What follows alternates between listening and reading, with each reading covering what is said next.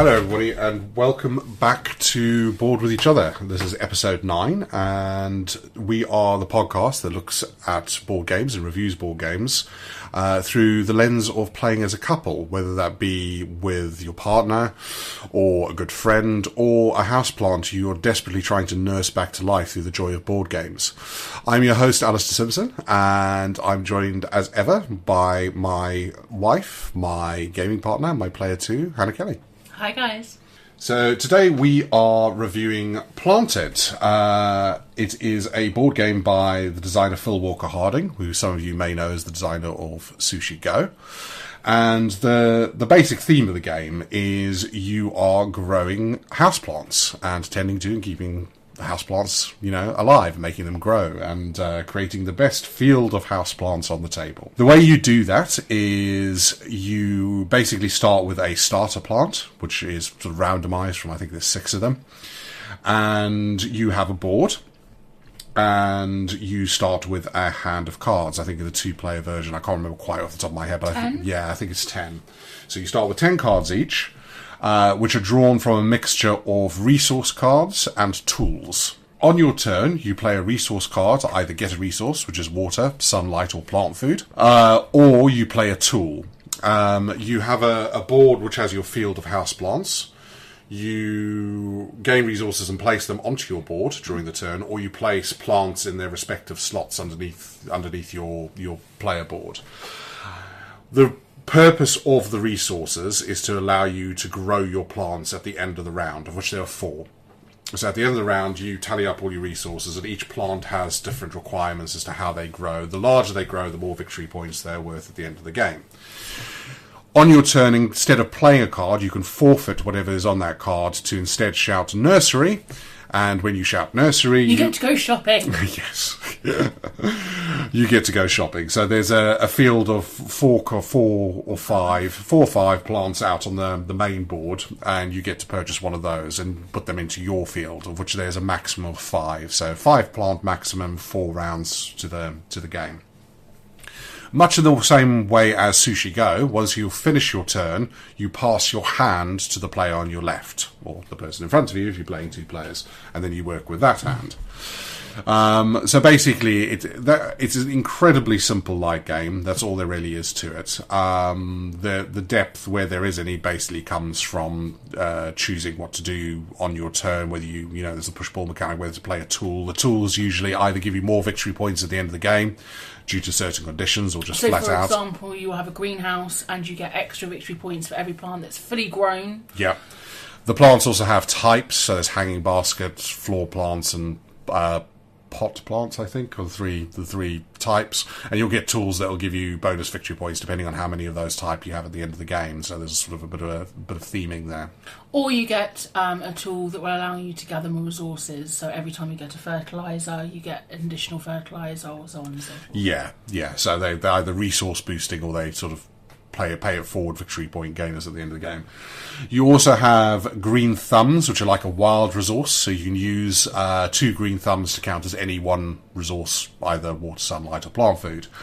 At the end of the game, at the end of the round, any unused resources you can use to convert to a growth counters, which is monstera leaf. There you go, monstera leaf. And those are used for victory points at the end of the game as well.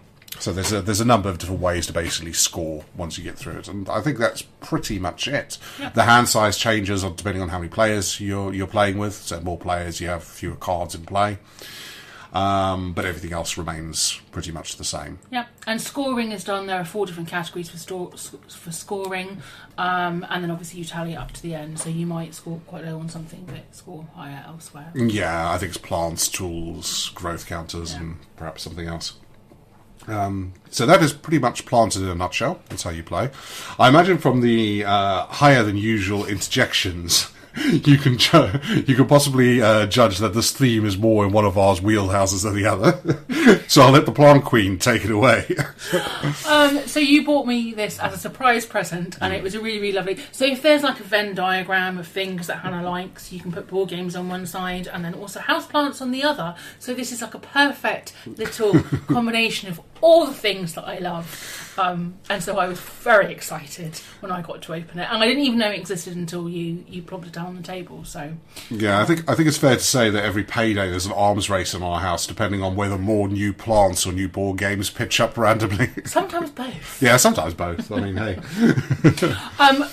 For those of you, and I imagine I'm quite a small niche out there, but for those of you who do also like board games and plants, one of the most amazing things that I love about this is when you go to the shop, the nursery, and you get to buy plants.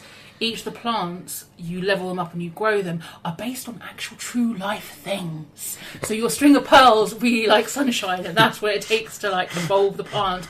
And I have to say that I'm just sound like a massive nerd right now. Well, you are a massive nerd. You're making a board gaming podcast as we speak. But also, the excitement! I was like, that's what happens! That's what you need to do! It's just... Well, plants, you get plants and they grow. Cool. But yeah, I mean, I'm sure you could tell from the enthusiasm that this is definitely in theme, anyways, in Hannah's wheelhouse. In fact, I don't think I've ever seen you so excited about something that's not fantasy themed. This is the first time you've got excited to know. Is this gritty realism? Yeah, quite possibly. Although my plants die an awful lot more frequently than these plants. That's where the gritty of the realism comes from. There's no death. Don't worry. There's no plant death. No plants die. They just don't Nobody's thrive. upset. Yeah, they just fail to thrive. So how long do you reckon this takes us to play most of the time? I think probably 20 minutes. Yeah, I think 20 minutes like max, half an hour's actually. generous, Yeah, half an hour's generous. I think most of the games will run about 20 minutes. Yeah. It's very fast, very snappy, very similar in feel to if you play Sushi Go, where you're just constantly sort of shifting your hand around. So yeah, I bought this one pretty blind. I didn't really look up anything. I just got very excited that there was a board game that existed in your hobby. So I thought I'd combine the hobbies. And you did very well. Thank you very much. So, shall we get on to some scoring? Mm-hmm. Okay, do you want to kick us off? So, as always, we have two different sets of scoring criteria. So first is the overall game, just general gameplay, and then we look at the two-player perspective. Mm-hmm. Our first category within the general section is components. That's looking at things like the actual parts and also set up and strip down. I don't think I can rate this game highly enough in terms of its components. It is beautiful, and I don't say that lightly. So, to start with, just the general aesthetic, it is absolutely beautiful. So all the cards that come with it are really well illustrated. It creates this really cosy and warm aesthetic. Mm-hmm. Yeah. All the plants are instantly recognisable, so I can tell exactly what they are from You can. them. I take your word for it. I'm like, we've got that in our house! Yeah, but I think that's the whole point, though, isn't it? Yeah. That's what makes it so beautiful. And if you're a plant enthusiast like me, that's a big, massive selling point. Yeah. The components themselves are absolutely deluxe.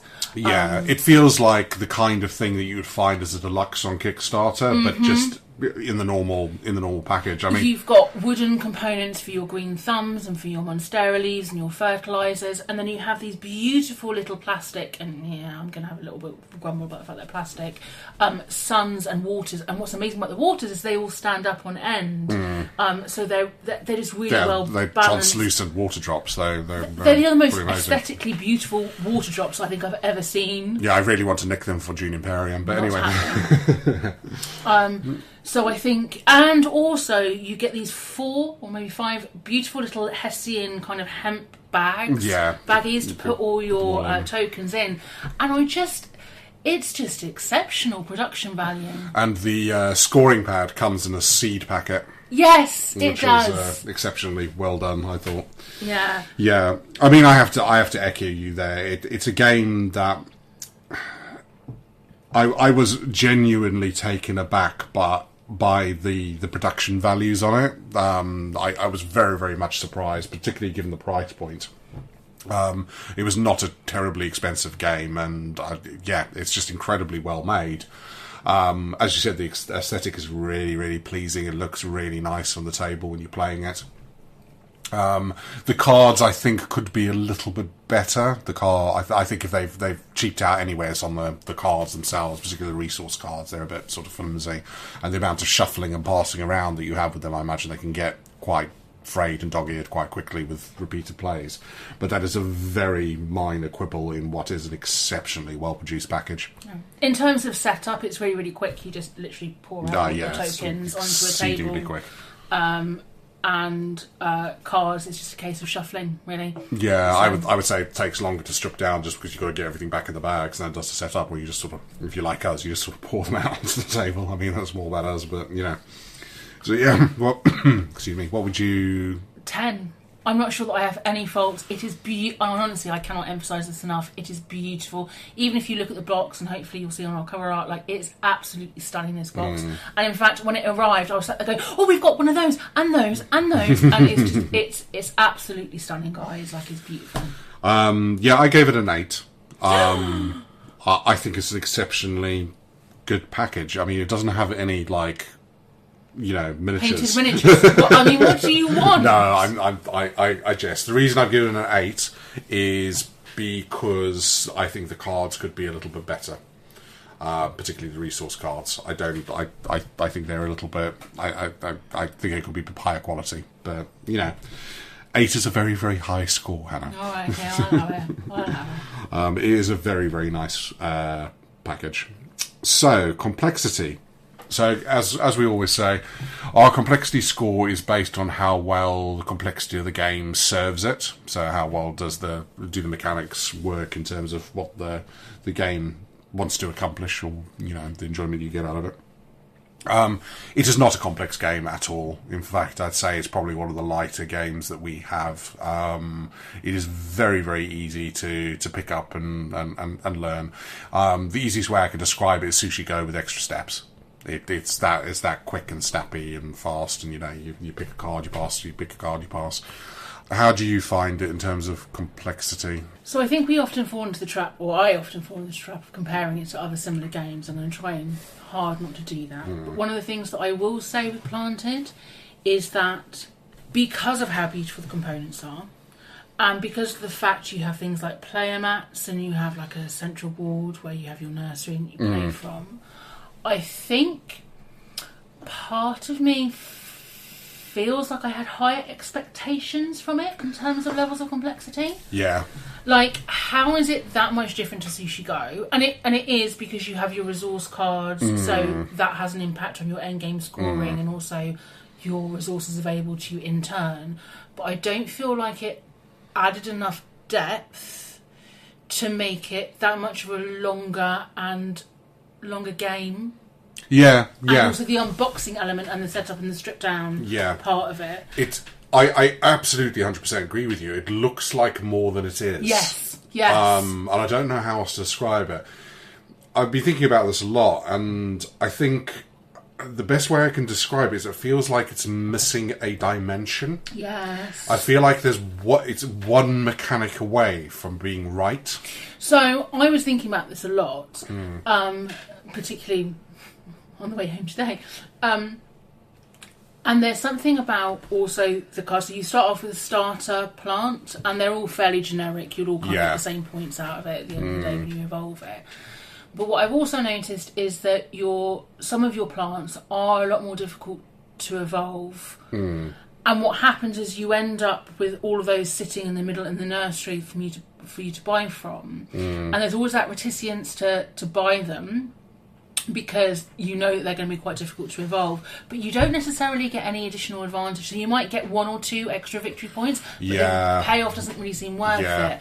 And I feel like that's perhaps maybe one of the missing elements. I don't know. Yeah. Also, either that, or I feel like there could be mechanisms attached to plants, perhaps, that give you some sort of bonus, or perhaps interact with the other player, because there's no real interactivity between the two. It's your typical solo game you play together, really, isn't it? Yeah. But I just think they could have been. It feels like if they had taken one step further. We don't have to apologise. We've got a new cat, and she's very, very appears cool. to be playing round our feet. I feel like there should be, if there was just one step further, there was one more mechanic. This would get into really good territory for me. Yeah. But at the moment, I feel like, does complexity serve it? Yes, it does to a certain extent. but it does feel like it's missing an element. Yeah. But again, we tend to like our board games heavy, so maybe that's an us issue. Well, I was also thinking about this again when we come to score it later on, and maybe I'll come back to it. But I also think, you know, we do when we play a game, we play a game. Yeah. And therefore, maybe the mechanics feel slightly like I'll touch on that in the next category. But, yeah. But again, I think I compare it to something like Sushi Go. I think this is about expectation as well. You crack out Sushi Go and you're there for like a 10-minute, like, ha, let's chuck some cards around, fine. But I think, you get 3 boards out and you start pouring out resources. It almost sets an expectation on mind that there's more to it. Yeah. So while it looks beautiful, I'm not sure I'm not sure it's a vacuous looker. It's the Instagram influencers of board games. Style over substance. Yeah, a little bit. No, I don't think it is. It's still a really good game, and it's not that it lacks substance. I just think it sets expectations higher than it delivers on, and I think that sometimes it's the worst way of doing things because you feel a little bit soul short. And I just feel it could be so much better if there was just a little bit more to it. Yeah. So with that in mind, I've given it a 5 for complexity. Oh, so I gave it a 6. Yeah, near enough. I think it's how well does the complexity score support the game? Average. Average. Yeah. Right. So the next one, you want to talk us through that?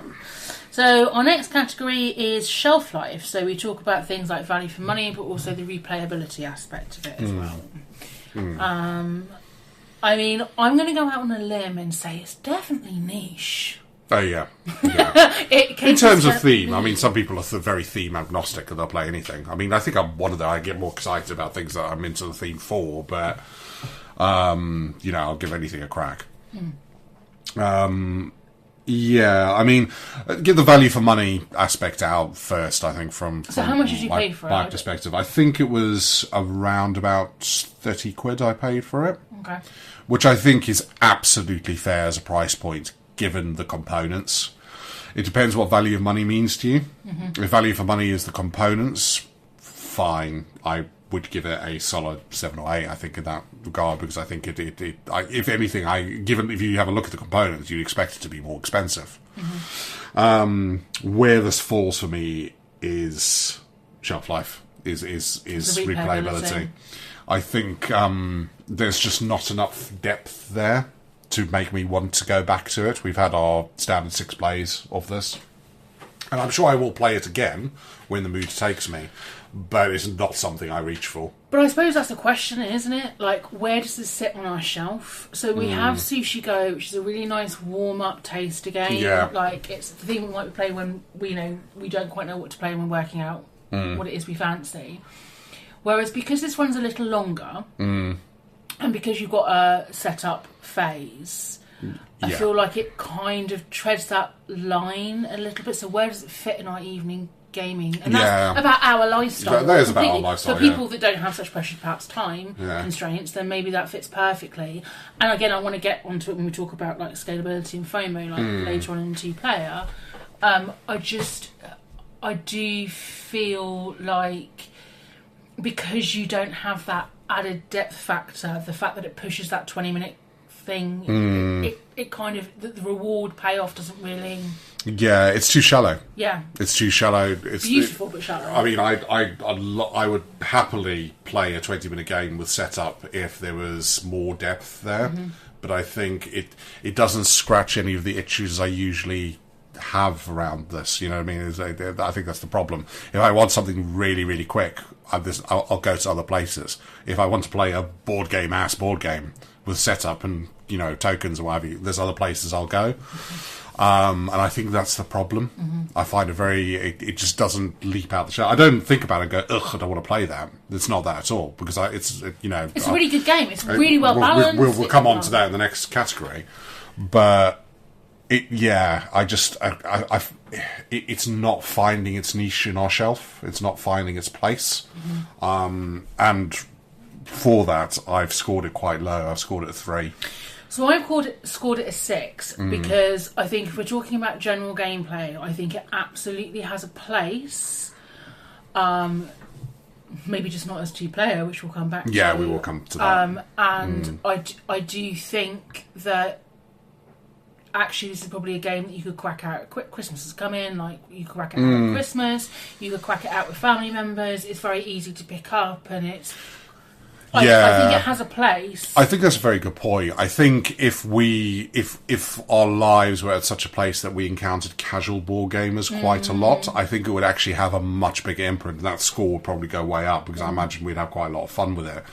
And again, maybe this is just sort of where we are in our lives, that if we either have friends that come around that are board gamers with a capital B, and we'll crack out Nemesis, or we'll have people that have never played a board game in their lives, in which case we crack out Sushi Go. I don't think we have people in our lives where this would hit the table regularly. I see this as a great family game. Yeah, absolutely. As a family game, yeah. So our kiddo, maybe in a year or two, with grandpa. Which is why I'm not going to get rid of it, because I think she'll really enjoy it. But just right at the moment, it's a 3 for me.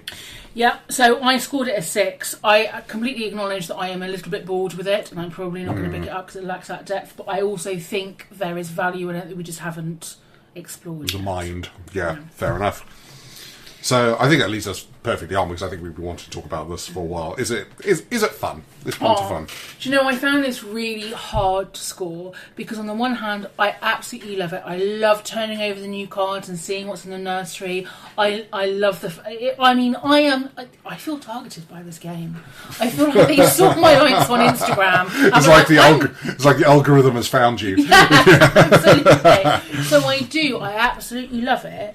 I also think one of the things that's more fun when we play together is that I just role play as me. I'm like, I'm going to buy this plant because I want it, not because it can make me win, but because I really like these plants. Fair enough. And so I do have a lot of fun. I do really enjoy it, and just I'm a bit bored with it. Yeah, fair enough.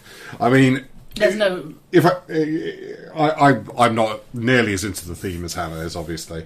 So if I look at it just as a game, it's fairly fun. It's good. As I alluded to before, I think it lacks strategic depth. I think it lacks an element of control that I like, in terms of controlling controlling what you're doing. There's an element of it, and as we played, I've started to realise how powerful some of the tools are. But also, there's a real push-pull mechanic, and you don't really know what you're going to get, because whether you play a tool which you can use to buy a new plant, or whether you play it, but actually, that water is really like a rare resource in terms of what you've got in your hand. Therefore, it probably makes sense to cash in all your water cards. I think quite often what happens is we end up cashing in tools towards the end when we've reaped all the good resource cards. Yeah, to a certain extent, yeah. Sometimes I see something, I'm just going, I'm going to leave with that. So I think there is some depth there, and there definitely is strategy there. Like, somebody who knows what they're doing would probably beat somebody who doesn't, which is always the yardstick, isn't it? But there's not quite enough for me. There's not quite enough strategy there. There's not quite enough that you can control, and you've got that fun time Sushi Go thing of swapping hands all the time. And it's very quick and very fast, whereas actually this is a bit more considered, and it's a bit slower because you have to tally up your resources at the end of it and spend it, etc. I do have fun playing with it, but it also feels, the word that comes to mind all the time to me is scattershot. It feels very much like I'm kind of chucking things down because that's what's in the hand, and I'm making very short-range decisions because I don't see the benefit in making long-range decisions. I also think what's really interesting is, and again, I don't want to compare it to Sushi Go, but I mean, it's like Sushi Go enhanced, really. Same design, it's definitely based off it. And yet with Sushi Go, I'm so much more conscious about having to think about and memorising hands and what's in different hands. I take more time on my turns in Sushi Go than I do in this, and I don't know why that is. Yeah, see, it's interesting because, again, I don't. I think I'm very much focused on, maybe because I have an objective. I don't know, but my turns do play quite differently. Yeah. And I don't necessarily focus on memorising hands. What's in the other hand so much, yeah. No, that's what I mean. I think that's why my turns in this are quicker. With Sushi Go, I actually really think about it. I get weirdly competitive in Sushi Go. I'm like, I know what's in that hand, and I'm going to do this, that, and the other. Whereas this, I'm just like, sun, I'm just going to play another card. I don't know why that is. Maybe it's just a me thing, the way I approach the game. But I also think it's part of the aesthetic as well. Sushi Go, very pop, vibrant colours, like it's meant to be played really snappy. Whereas this, it is just a bit more, like, everything's a little bit muted. Very soothing. Yeah. Anyway, so I scored it a 6. I couldn't score it a lower score because I couldn't because I do love it. I mean, me as the more objective person, Theme Independent scored it a 5, so fair enough. All right, fair enough. I do have fun when playing it, but yeah, I wish there was one more mechanic. Yeah. One more mechanic. Yeah, one more thing I would would be be enough. all over this. Okay. Scores and draws? Doors. So that gives us an overall game rating of 6, which sits about right for me. Yeah. It's a good game. I stand behind that. I think, average. I think it's slightly above average in general when you look at the whole package. So, on to our 2-player / couples ratings. The first category is table talk. So this is around interactivity at the table, how much conversation it causes, how much back and forth. Short answer is none. No, not a lot. So again, if you're thinking about, and if you've played Sushi Go and you elaborate it, it is very much a turn. You pass your cards, you play your cards, and you move on. That said, again, I think there is an element that we play a game and we play that game. Yeah. I kind of think that it is a very gentle and very relaxed game. And actually, you don't have to play it that way. And I think, you could quite happily have a discussion and a conversation whilst you were playing it. Yeah, you could, yeah. It's just that's not what we do because we're bored of talking to each other. We're bored of each other. She said the thing. I think it would be a really lovely game to play, like, on a date. Maybe not a first date, but, like, as you first start casually dating somebody and you kind of want... Yeah, I hadn't thought about that aspect of it, to be honest. It gives room for that, doesn't it? To have, like, another conversation while you're playing, I guess. Which the complexity of it, the gameplay allows. In terms of interactivity, there is none. No, there is no interactivity between the players. It's very much a solo tableau builder. Absolutely. That you play together. Which I feel like we've come across a fair few of. Mystic Vale is another one. It's another really good example of, and I, funny enough, read recently that the guy that did Mystic Vale was like, the idea was like solitaire. Solitaire, the joint solitaire. And there is that element to it. But I also think, again, because it's unlike Sushi Go, which is very much boom, boom, boom, boom, boom, it is a little bit slower because you have to then gather your resources and stuff. So, it could allow for that if that's how you want to play and if that's how you play or where you are as, a couple. Yeah, absolutely. Okay, I mean, fair enough. I rated it quite lowly for table talk. I rated it 3. Yeah, no, I still rated it as 3 because, fundamentally that's what it's about. Yeah, there's very little sort of interactivity between the But I do think players. there is scope. And again, that's about how we feel. Other people may feel differently. Oh, yeah, absolutely. So. Always. Yeah. Okay.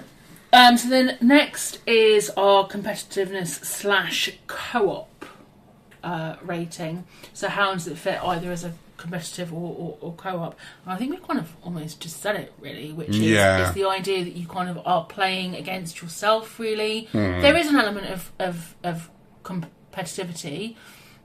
We have both tried to snap for the same... nursery plants. Yeah.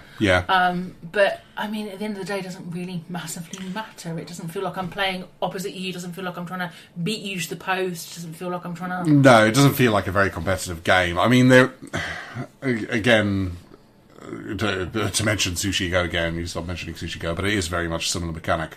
There is an aspect of knowing what your opponent needs and almost... thwarting them. Very straight is a very strong term, but hate playing cards where you play a card that you don't really need, but you know your opponent really does. But that's not the game, though. That's what the feel of it. That's not. Well, I want to make it the game. No, I'm kidding. There is an element of that. You can be a little bit competitive. It's depending on how not a game that you want to play if you want to have a nail biting. No, competitive it's not. It's not. But thing. maybe halfway through the game, I decide I do, and there's a mechanism to do that. I think that's the point I'm trying to make. You can basically play cards that you know your opponent needs. particularly later on in the game, you can do that. So I think that's worth mentioning. So there's that side of things. But that's the only way you really interact with the other players' board state as such. But no, nothing about this game screams competitive set to, I'm going to beat you. I think you very much want to beat me because it's about plants and you can't stand me winning. Oh, do you know, it really freaking irritates me that actually, particularly recently, you've got really good at it. And it annoys me that you beat me at you can water your monkey mask here, but our monkey mask is dying in the corner of the room. Okay, I'm going to need Paul to podcast where we're going to have a domestic. But no, it is not a game that lends itself to competitiveness, really. It's a game you play side by side, and hence why I think, again, that idea of, if you were at the beginning of a relationship and you wanted to play it, like, it would be a really lovely, fun, casual game to pick up where, yeah, fine, you're playing competitively, but, I mean, no one's going to turn the table. There's going to be no hurt feelings here unless you're very, very sensitive. Which I am quite sensitive. Yeah, I know. It just plants me. Like, they're very important to you. It upsets me that you're able to nourish a string of pearls in a way that I can't. Yeah. So on that basis, I have given it a 4. So I gave it a 5 because it's neither cooperative particularly or competitive. It's just a game. That's not how the scoring category works, but okay. It's a competitive game. How competitive is it? Oh. If it's a co-op game, how cooperative is it? You know what? Let's just not... my weird scoring and Hannah's scoring has persisted throughout this entire podcast. It's 5. 5. Okay. All right. So the final one is scalability and FOMO, basically. So here's the thing. I think that actually, as a 2-player game, it works really well, and it's fine, and it's good, and that's great. But I actually think its place is probably in a 3-player plus 3, category. 4, 5. It does play up to 5, which is interesting. There's so many board games out on the market now which play up to a maximum of 4, which is a bugbear for a lot of people. This does play up to 5, which is great. I can say fairly confidently, same as Sushi Go, this is not meant to be a 2-player game. No. This is not designed as a 2-player game. It obviously is crying out for more players. Yeah. I think it would be a very, very different experience, and probably a much better experience with more players. As you said, do you think it would be that much of a better experience? I don't think it would add an element of depth. All the things that we originally critiqued it for back in, category 1 or whatever. Yeah, I don't think perhaps. it would necessarily add that layer of depth. It would make it less of a memory game. Yeah. And more luck-based. And it would keep things a bit fresher, I think. Which might make it a bit more fun. And perhaps maybe increase its fun. But I don't think, it changes it, whereas, there are other games that absolutely do completely change the dynamic when you're a third player. Definitely. Yeah, but again, as we alluded to earlier, I think this would be a great thing to crack out as a family game. Yeah, absolutely. Like, you have... I will be cracking this out at Christmas. You have a 9-year-old and you have Grandad there for Christmas or whatever. It's the perfect thing to pull out there because it's so light and easy to learn. Everybody can get on the same page. I think there's enough luck introduced at the higher player counts that everybody will probably be operating on an even keel, and I think that's where it will really sing. Yeah. So yeah, on that basis, I've given it a 3 because I do think it definitely needs more. Yeah, no, absolutely, same game. Yeah, okay, great. So that gives us a 2-player rating of 3.5. As always, we round, so that's a 4. I mean, I would say probably 4 is generous. I think 3 I think 3 is probably more where my heart sits. So let's just wreck on it into a 3. As a 2-player game, it doesn't work that well. Yeah. Definitely beautiful, absolutely stunningly beautiful game. But definitely better played with more people. And it's definitely, I think, its niche is with more people. Absolutely. Yeah, fully agreed. So that is it. That was Planted. Thank you very much for joining us. As always, we have all our social medias up. So Twitter, Instagram, Facebook. If you enjoyed the episode, we'd very much appreciate you giving us a review on your podcast. Green thumbs up. A green thumbs up on your podcast medium of choice. But until next time, thank you for listening. Be good to each other and play lots of games.